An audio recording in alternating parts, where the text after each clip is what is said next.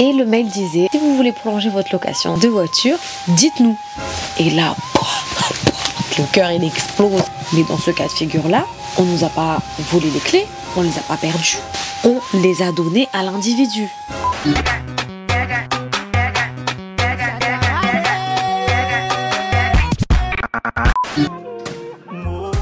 J'ai signé le contrat. Toi et moi c'est bouclé. 1,82. À la fin de tout le monde, j'espère que vous allez bien. En tout cas, moi, ça va. Hyper contente, les gars, de vous retrouver dans cette nouvelle vidéo. Yeah! I'm back and I'm better. Les gars, je vous ai manqué ou pas?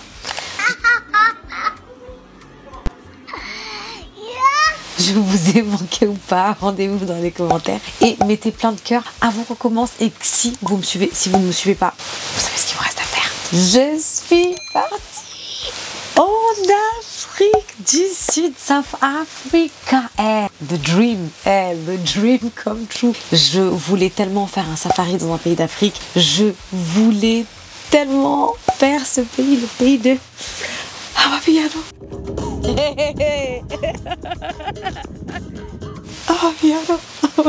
Vous-même, vous savez déjà, et franchement, c'était une expérience de fou malade. J'espère que vous êtes prêts parce que à partir de vendredi, les vlogs vont être publiés et j'ai une surprise d'ailleurs, mais je peux pas tout vous dire. Moi maintenant, j'arrête de parler, j'agis. T'as vu, comme un vrai homme, t'as vu? S'il y a des vrais hommes qui passent par là, mettez des cœurs noirs ou mettez les emojis comme ça là. J'agis. Vous allez voir de vous-même que je parle pas dans le vent. C'est fini.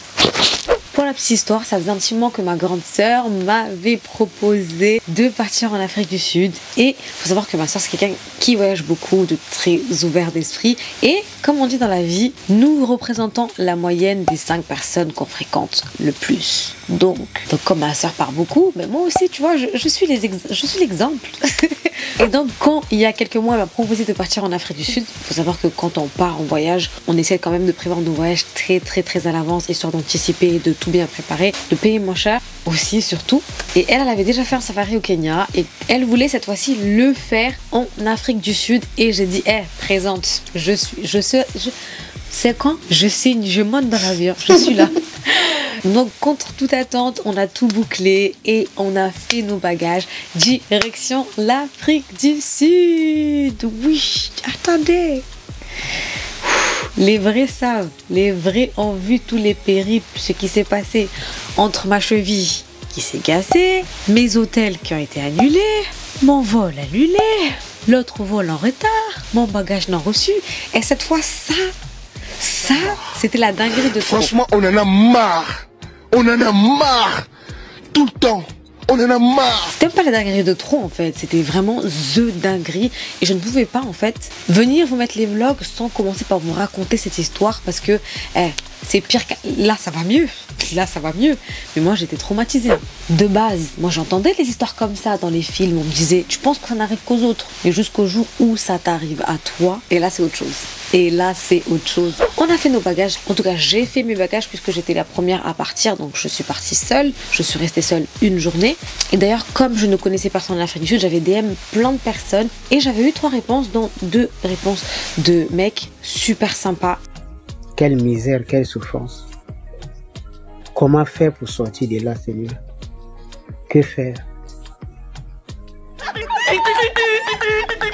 Et je me suis dit, dès que j'arrive, vous inquiétez pas, je vous fais signe comme ça, je vous appelle, histoire qu'on se retrouve et tout, que je reste pas seule. Parce que quand même, quand tu pars dans un pays, c'est important aussi de partir seule, certes, mais il faut que tu aies quelqu'un, il faut que tu connaisses des gens, sinon c'est compliqué. Donc déjà, j'arrive à l'aéroport. J'ai jamais vu ça. Je veux prendre un Uber et parce que j'avais acheté une puce, vous allez voir dans le vlog qui va être publié vendredi comme je vous ai dit. J'avais pris une puce MTN, donc j'avais appelé un de mes potes entre guillemets que j'avais rencontré sur Insta. Il m'avait dit de prendre MTN, je crois que j'avais pris MTN comme puce. MTN c'est comme Bouygues Free en France. Donc j'ai pris ma puce, je l'ai appelé, j'ai dit bah écoute là je vais prendre mon Uber, je vais aller à mon hôtel et après au pire des cas on se retrouvera. Il m'a dit bah vas-y moi je suis avec des amis et tout, il n'y a pas de problème, tu peux nous retrouver. Il me dit juste quand tu montes dans ta taxi ou le Uber, partage-moi ta localisation. Et dis bien au Uber que tu partages ta localisation, histoire que si par exemple il a des idées farfelues dans la tête, ils se disent mollo, tranquille, c'est pas une petite conne, je vais pas jouer avec elle. Sauf que déjà quand t'arrives à l'aéroport, tu te fais accoster par tout Babelouette, toute l'Afrique du Sud vient sur toi. Et moi, déjà je suis arrivée tard, il était vers minuit, 1h du matin, et il y a un mec de l'aéroport qui me dit non, ne prends pas de Uber, prends taxi, va avec lui et tout, c'est plus sécurisé. Ma soeur, fais-moi confiance, je suis noire comme toi, prends-lui. Et là j'appelle l'autre mec, je dis je viens d'arriver là, je suis fatiguée, je sors de 16 heures de vol, j'étais éclatée, je comprends rien. J'ai un mec de l'aéroport qui me dit de pas prendre de taxi. Qu'est-ce que je fais? Il me dit non, on l'écoute pas, prends Uber. Uber dans tous les cas c'est plus safe, t'as la traçabilité, ça peut pas être plus safe que ça en fait, surtout que le taxi, tu le connais ni d'Adam ni d'Ève, t'as aucune traçabilité, prends Uber. Donc heureusement je l'ai écouté, je lui ai partagé ma localisation, j'avais bien chargé mon téléphone, batterie, astuce de voyageuse. Donc je prends le taxi, heureusement je suis tombée sur un taxi quand même assez gentil, mais à un moment, petite anecdote, quand je rentre dans le taxi, le mec il m'a dit ouais montez, je mets vos bagages. Je dis quoi? Je restais là, mettez les bagages et après je rentre dans la voiture. Le mec il me dit mais vous inquiétez pas, je sais pas où vous voulez. J'ai dit mais il y a pas de problème, mais moi je reste là, vous mettez les bagages et après je rentre. Donc heureusement je suis tombée quand même sur un mec assez sympa, assez gentil, vous allez le voir dans le vlog, super sympa. Je crois qu'il m'avait même kiffé, mais je dis ça se dit rien. Donc il m'accompagne et tout, il me dit même si tu veux sortir le soir et tout, redis-moi, je viens te chercher, comme ça je te dépose, parce qu'ici toute seule et tout, c'est pas très safe. Voilà, fais attention. Donc je suis ok, y a pas de problème. Donc moi, quand je veux ressortir, je l'appelle, bien évidemment, il m'accompagne, je vais retrouver les personnes que j'ai connues sur les réseaux, aventurières, Et donc on sort, on visite la ville, soirée, blablabla, et on rentre le matin, tranquille. Donc ma soeur arrive, on fait notre vie à Cape Town. Faut savoir qu'on était en Afrique du Sud et à Cape Town, et super belle ville, franchement il y a trop de belles choses à visiter. Vous allez voir, hein, il y a énormément de touristes, peu importe ce qu'on dit, comme quoi c'est pas trop safe. En vrai non, c'est pas du tout ce qu'on croit, et c'est super, l'Afrique du Sud super développée, dingue. Donc on passe 4-5 jours à Cape Town et on se prépare à partir dans une autre ville. C'est comme si moi aujourd'hui j'habite à Marseille pour ceux qui ne le savent pas, et on devait aller à Paris pour Elisabeth, et c'était à Port Elisabeth qu'on avait la réserve où il y avait le safari. On avait booké 4 nuits sur 5 jours de safari. On arrive à Port Elisabeth, donc Port Elisabeth c'est quand même une petite ville, mais pour aller dans la réserve, automatiquement il faut une voiture. On loue une voiture, les dépenses s'enchaînent, déjà que le safari c'est pas donné, franchement ça a un coût, mais bon, on s'est dit one life, voilà, c'est les vacances, on est là pour profiter, c'est pas tous les jours que tu vas faire des safaris, donc on a mis le prix, tu vois, et on a voulu faire un truc bien confort et tout. À moi toute seule, j'avais ma suite dans la réserve, franchement un truc extraordinaire, bref, magnifique. Donc on arrive à Port Elisabeth, on récupère notre voiture, c'était 1h30 de vol à peu près, on arrive dans la réserve, super bien accueilli. Dès qu'on arrive, franchement il y avait 4 repas par jour, vous allez voir dans le vlog, j'ai jamais autant mangé de ma vie. Tout à volonté, tu manges ce que tu veux, jusqu'à pas d'heure, jusqu'à 23h le service, trop bien. Ouais, franchement, moi, je sais pas si vous avez déjà fait un safari, mais vraiment best expérience. Donc on fait le safari se termine, donc bien entendu, il a fallu qu'on reparte à Cape Town et qu'on reprenne un autre vol pour repartir. Sauf que du coup on prend la voiture et tout, et on était arrivé un peu à l'avance ce jour-là, le jour J où on devait prendre le vol. Et on va dire qu'on avait loué notre voiture, la compagnie on va l'appeler, sachant que c'est une grosse compagnie à l'international qui est présente dans plein de pays, on va l'appeler quand même Sugar, on va pas dire le nom. Le jour J arrive où on devait rendre la voiture à Sugar avant de prendre notre vol, sauf qu'on était un peu en avance, donc on s'est dit on va aller visiter une plage qui fait très Namibie avec des dunes de sable et tout, magnifique, mais sauf que le sable il était blanc. On s'est dit on va traîner un peu avant d'aller rendre la voiture. Donc qui dit location de voiture dit plein de voitures, donc il a fallu aussi qu'on aille à la station d'essence qui était juste à côté de l'aéroport. On a fait le plein, et je me rappelle que même ce jour-là, vu que j'avais des coca que j'avais piqué à la réserve, j'ai même donné au mec parce que du coup comme on prenait l'avion, je pouvais pas les ramener. Et arrive au moment où on est à 2 heures du vol et il fallait aller rendre la voiture. Donc ma soeur conduit et tout. On arrive dans le parking de l'aéroport, on voit bien Sugar marqué et d'autres enseignes, mais en tout cas Sugar était bien marqué. Et au moment où on arrive, il y a un mec qui nous accoste en mode venez, c'est là. Donc on se regarde, on se dit bon, peut-être qu'il nous a repéré, il sait à peu près reconnaître les voitures de Sugar, ça doit être ça doit être avec lui. On se met là, donc on se met là où il nous dit et tout. Et dès qu'on arrive, limite le mec, bim bam boum, il commence à inspecter. Donc on le regarde, il avait bien, tu sais, son petit badge là, je sais pas comment on appelle ça là, avec le nom de l'enseigne, sa petite chemise, pantalon et tout, et avec porte-vue, enfin tu sais, le porte-document là, avec les feuilles. Il avait bien un truc comme ça. Donc casquette, par contre, c'était une casquette lambda. Donc, Jusque-là, tout va bien. On se dit, bah écoute, c'est un mec qui travaille là et tout. Il veut nous guider. Il n'y a pas de problème. Donc on coupe le moteur, on sort de la voiture et on dit au mec, attends, au moins laisse-nous récupérer les bagages, après tu commences ton inspection. Le mec, c'est comme si limite t'avais même pas entendu ce qu'on disait direct. Il commence à inspecter. J'ai jamais vu quelqu'un inspecter une voiture comme ça. Il était comme ça. Il regardait partout. J'ai dit à ma soeur, si là, Badissina Bahati. J'ai dit à ma soeur en comorien, et tellement. Même fourmi, même si il y avait fourmi dans la voiture, le mec, c'est limite, il inspectait à la loupe. Donc le mec, il était là, il inspectait et tout. Donc on sort nos bagages, on attend dehors. Je n'ai jamais vu une inspection durer aussi longtemps. Il a inspecté tout, il prend son temps, nous on reste dehors, tranquille. Donc il sort du véhicule et tout, il commence à inspecter. Et je vois son pantalon, derrière son pantalon,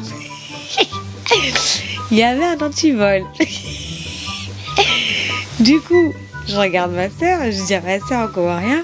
Mais nous la brava wizi. Mais nous y a attrapé ou et wizi. En gros, pour vous traduire, ça veut dire lui, il va attraper des voleurs alors que lui-même, c'est un voleur. Et ma soeur, elle dit, comment ça, c'est un voleur? Je dis, regarde derrière son pantalon, il a un antivol. Et en fait, il faut savoir que derrière son pantalon, tu sais, comme quand tu achètes un jean à Bershka ou à Zara, il y avait l'antivol derrière. Et avec ma soeur, on commence à rigoler. Moi, j'ai toujours un réflexe de filmer. Donc, à un moment, je me dis, vas-y, je vais quand même filmer.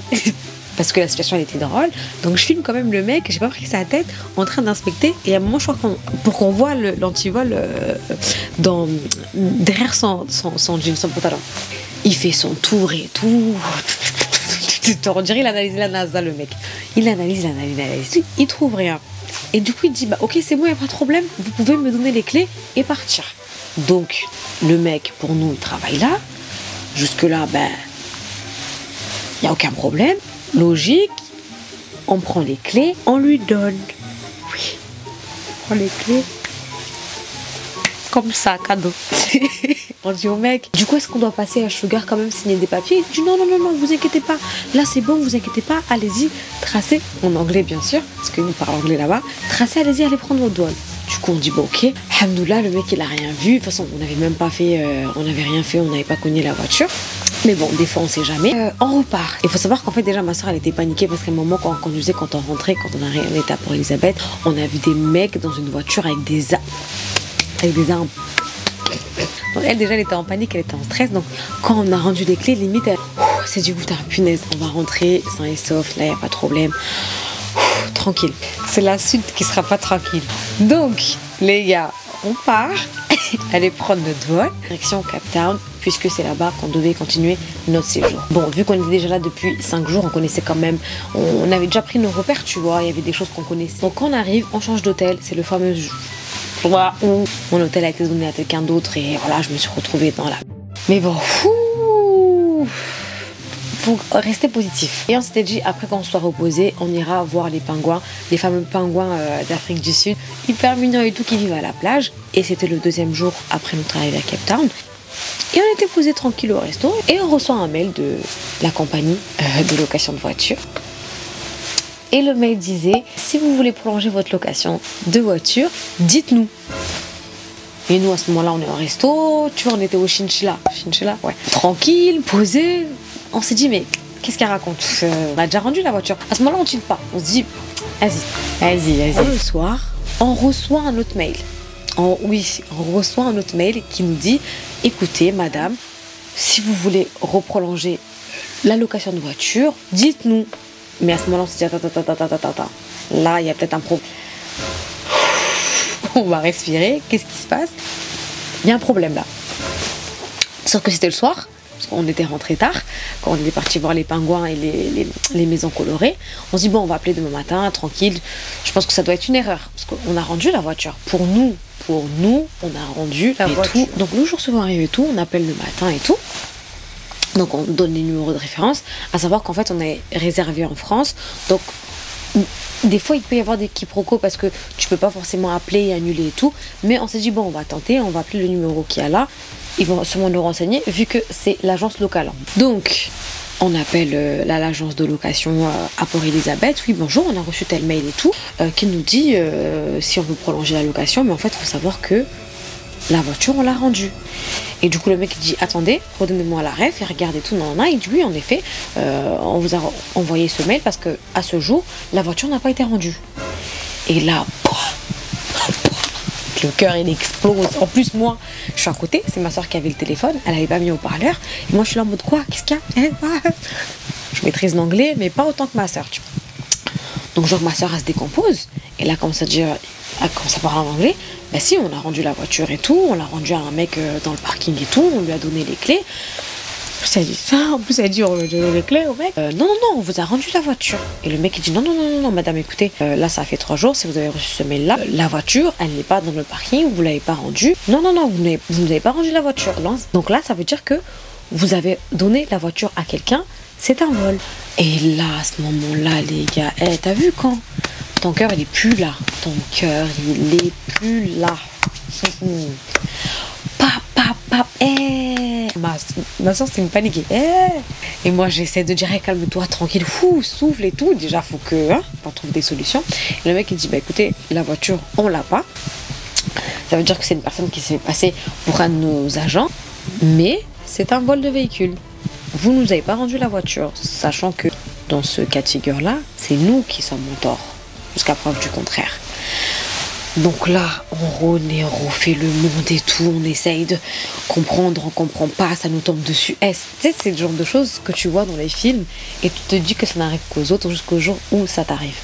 On demande au mec, du coup, qu'est-ce qu'on doit faire? Il dit, bah écoutez, toutes nos voitures sont équipées de radars, je sais pas comment on appelle ça là, oui, mes ongles. De toute façon, on va essayer de la retrouver parce qu'on a des radars, mais il faut savoir qu'un véhicule comme celui que vous avez loué, il coûte en moyenne entre 10 000 et 15 000 balles. Ok. Donc ça veut dire qu'au pire des cas, vous allez devoir payer ça. Et le mec en plus tranquille, serein quand il raconte l'histoire. C'est-à-dire qu'il te dit tu vas peut-être payer 2000 balles, mais ça va, tranquille, ça va bien passer. La pommade elle va passer. À ce moment-là les gars, on voit plus vert ni rouge. On voit de toutes les couleurs. On voit on comprend plus rien, on commence à refaire le scénario, mais comment ça se fait, blablabla. Et là moi je dis mais punaise, c'est peut-être pour ça qu'il avait l'antivol et tout, mais pourquoi je ne me suis pas posé la question? Mais on essaie de refaire le monde, mais en fait à ce moment là ça sert à rien, mais parce qu'on est paniqué. Donc on se dit bon vas-y, on va essayer de voir par rapport à l'assurance qu'on peut faire et tout, vu que voilà on a fait une location de voiture, on est quand même assuré, mais le problème c'est que ok on avait l'assurance certes, mais dans ce cas de figure là, on nous a pas volé les clés, on les a pas perdues, on les a données à l'individu. Donc là, dans les deux cas de figure, on est, j'ai pas envie de dire des gros mots. On n'est pas bien. Tu sais, quand t'as un programme et t'arrive un truc tout en ballot, tu te dis mais punaise, mais qu'est-ce qu'on va faire? On essaie de réfléchir. On se dit bon, on va essayer de se poser quand même. On n'arrive pas. Et on se dit, bon, dans tous les cas, il faut qu'on mange, on va pas non plus. Et on est parti comme se poser à la terrasse de l'hôtel et on mange et tout. Et à ce moment-là, le mec qui nous appelle, par miracle, par la grâce de Dieu, il nous appelle quelques heures après, il nous dit, écoutez, j'ai une bonne nouvelle, on a retrouvé la voiture. C'est à ce moment-là. Là, je rigole maintenant, mais en vrai, ça faisait pas rire. Ça faisait pas rire. À ce moment-là, c'est comme si j'avais gagné au loto. Déjà, tu te dis, mais qui vous a envoyé? Qui vous a envoyé venir, ma soeur? Mais pourquoi on est venu ici? Mais pourquoi j'ai pas été? Quand le mec il nous a dit, c'est bon, on a retrouvé la voiture, je vous dis pas le soulagement qu'on a eu. Je vous dis pas le soulagement qu'on a eu. Et on demande au mec, du coup, quand on l'a eu au téléphone, est-ce que c'est bon, du coup, il y aura rien, il y aura pas de soucis? Il dit, non, c'est bon, vu qu'on a retrouvé la voiture, c'est bon et tout, mais par contre, la prochaine fois, faites attention. À ce moment-là, déjà, tu te dis, mais en fait, on est dans quel pays? Mais c'est quelle histoire? C'est quelle histoire digne d'un film? Mais déjà, tu te dis, le mec, à quel moment? Mais ça, c'est quel niveau? Tu sais, moi, je connaissais les vols tranquilles et tout, mais ça, c'est quel niveau de vol, là? Ça, c'est quel vol? C'est quel professionnel même? J'ai jamais vu ça dingue. Rendez-vous dans les commentaires, dites-moi vous, mais moi, je suis choquée encore aujourd'hui. Mais je sais pas si vous vous rendez compte. En tout cas, depuis là, on s'est dit, on se méfie de tout et de tout le monde. Surtout qu'il nous arrivait pas mal de dingueries, comme je vous ai dit. J'ai failli me faire agresser et tout, blablabla. Mais bon, ça n'empêche qu'on a passé quand même un beau séjour et c'est super une belle vie. J'ai pas envie de cracher, tu vois, j'ai pas envie de vous décourager et de vous dire de pas y aller et tout, tu vois. Je pense qu'il y a il y a du danger partout. Et là, c'est tombé sur nous, malheureusement. Mais les gars, faites attention à vous. Peu importe où vous allez, c'est pas de l'eau, c'est pas des lol. Vraiment, faut faire attention parce que des fois, en fait, on se rend pas compte, on sait pas d'où vient le danger et on n'évalue pas. Ou des fois, moi la première, tu fais confiance à des gens, tu fais confiance à tout le monde, alors que c'est là où après où tu vas te prendre des trucs. Et moi, je suis de nature, tu sais, je suis là tout beau, tout rose. Ouais, maman, allez, j'ai rencontré des gens sur Insta, allez, on y va ensemble, allez. Mais tu sais pas en fait, tu peux te faire kidnapper, tu peux. À partir de cet épisode-là, je me suis dit, morale de l'histoire, peu importe où vous allez, faites attention à vous et ne faites confiance à personne, mais vraiment personne. Ah, mais déjà un scénario comme ça, moi personnellement, est-ce que j'en ai jamais entendu parler à part dans les films? J'ai jamais entendu quelqu'un me dire bah je me suis fait voler en voiture de location par un faux mec d'une compagnie. Moi, personnellement, j'avais jamais entendu ça. Mettez sur pause, rendez-vous dans les commentaires et dites-moi si vous avez déjà entendu une histoire comme ça. Dites-moi aussi ce que vous aurez fait à ma place parce que du coup ça m'intéresse. Mais en tout cas, aujourd'hui, tout ça c'est derrière moi. Mais je retiens que le positif. Et d'ailleurs, vous allez voir dans le vlog qui va sortir vendredi. J'ai donné une date, hein, ouais, vendredi. Vendredi, c'était un truc de fou. Vous allez voir aussi la surprise que j'ai pour vous. Et dimanche, nouveau concept. Là, il était temps que je revienne. Parce que 2024, nouvelle année. Tranquille, on va revenir petit à petit. Je vous ai même préparé un programme puisque je vais revenir avec au moins 3-2 vidéos. En fait, ça va dépendre du type de contenu. Mais en tout cas, je suis contente de revenir. Activez la cloche, hein, parce que là, on va se revoir là. Et vous savez qu'on est ensemble. Vous savez déjà. En tout cas, trop contente de revenir. D'ici là, vous savez ce qu'il vous reste à faire, la famille. Prenez soin de vous. Namke wanono. Ciao. Activez la cloche. C'est le retour.